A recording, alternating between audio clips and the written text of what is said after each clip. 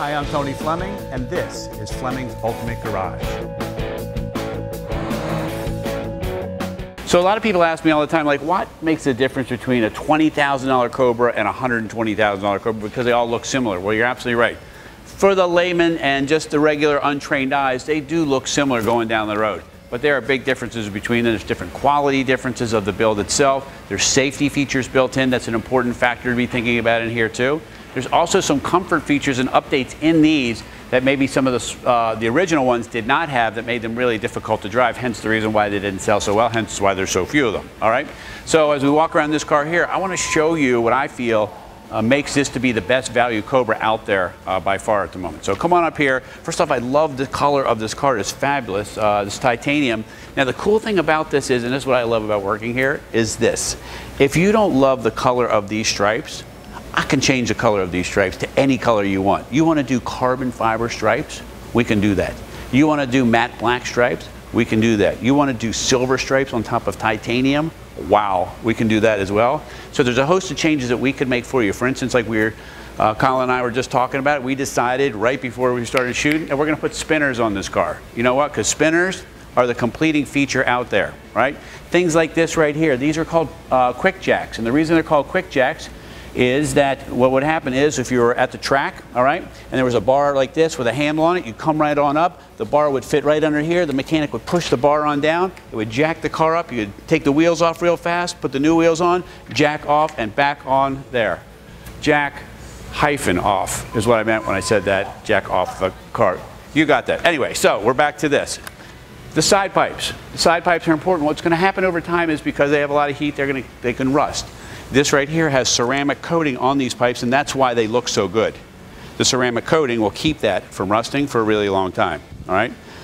17-inch rims with a nice big footprint. These are 275/40 series tires on 17-inch rims. These are really, really big tires, and on top of it, look how big the brakes are inside. You need wheels that big to house all that brake.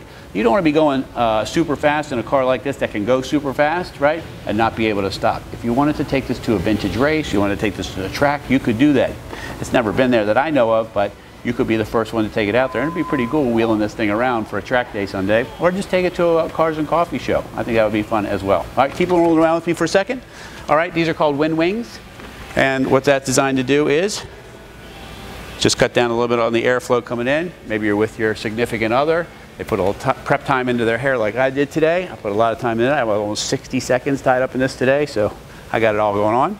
That'll keep that from blowing all around. This, fabulous, huh? Who doesn't love that gas cap? But the cool thing about this is a modern version of it where it has the look of it, but inside is the real style gas cap, okay? So you get the best of both worlds, where it's double sealed and looks cool. All right, come on back here. We got the taillight set up here. We got the quick jacks as well. So you have two different types of bumpers on these Cobras. You either have the street bumper, which is the hoop that would go around here like this, all right? Or you have the SC, the super competition version, which are those quick jack bumpers right there, which people love them. They look great. And then we'll get to the trunk in a second, but back to the car. This is what you're getting when you're getting an SC car. You're getting these big hips, right? They make the 289 cars, which is a little smaller, right, and slab sides. And then here, the super competition cars are the ones that people remember the most because they have big giant motors in them in a tiny little British sports car, and they make a lot of power. Nice feature too is these are locking hood pins. I call them locks. Instead of saying they're locking hood locks, that's what they are. So they're actually locked, but they also have keys forever. And then this is nice too because a lot of times, and this is how you know you're getting a little better car than other. I showed you a bunch of things like the ceramic coating on the side pipes. You say, well, that's not a big deal. You're right, that's not a big deal if that was the only thing that you'd done to the car. But that's an extra 300 bucks there. Here, these mounts to hold the hood up instead of a hood rod. You say, well, come on, seriously, how much is that? You're right, another 500 bucks, not a big deal. But as we look around, the engine dress up, the Cobra dress up here, ceramic coated headers inside. All right, serpentine belt system in here, all right, rack and pinion steering. And then one big feature that a lot of people don't check out is look at the size of the tubing of this frame. The tubing of this frame is enormous, and that's why it's a much safer car than the original cars. It's this big, It's twice as big as the original frames of the cars because it's designed for modern day stuff. The rack and pinion steering, the safety features up here, the radiator all the way up front into the nose. This has great weight distribution, and this is why they handle so well. So look at this for a second, step back. This is the center of the wheel. Any engine on this side of the wheel center, right, is considered mid-engine. It doesn't have to be in the back of the car to be mid-engine, but look at this, the engine is here. And that's why this car handles so well, because the weight's distributed out. It's not over the front end, okay? And there is one of the reasons why people love these cars so much. Okay, couple extra. This has a lot of upgrades on this car, all right? A lot of upgrades, and we keep pointing them out to you, all right? For instance, look at the trunk. You don't have, that doesn't come automatically to have a polished stainless trunk done there, okay? Tag light's working, so if you had to get an inspection, you could get that done as well. What a great looking car, man. Again, some of the safety features we talked about, the big brakes, big wheels and tires for stopping power, the big frame underneath the car. This right here, the roll hoop. This is welded and bolted to the frame of the car, not to the carpeting, all right? That's an important feature that you'd want to have in there. What makes for a great car, we're gonna go find out inside right now, all right? So let's ease on in. But I want to show you something that's important, and that's how to get in these cars. A lot of people try to get in them like their regular car, and you can't do that. Remember, you're not running errands in this car. You're not going to the supermarket, Walmart, and all those things, right, for 2 hours. You're going to get in the car and go for a little drive. You're going to go to work. You're going to drive out to the country. So getting in and out, you're not getting in and out as much. Here, you put your leg across like this. You get in. You lift yourself up, and in you are.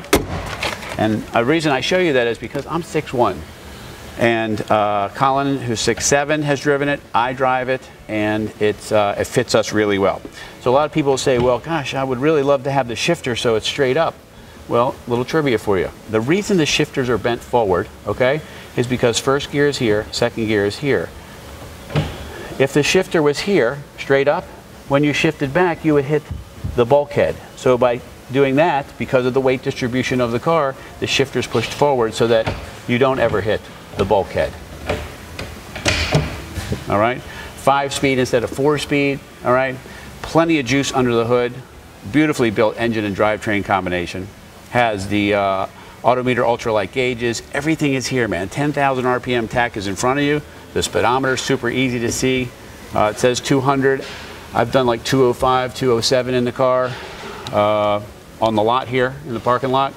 I couldn't get it pounded down here, but I was able to get it a little past that. And I did totally just make all that up if there are any police officers watching this video. So just a disclosure.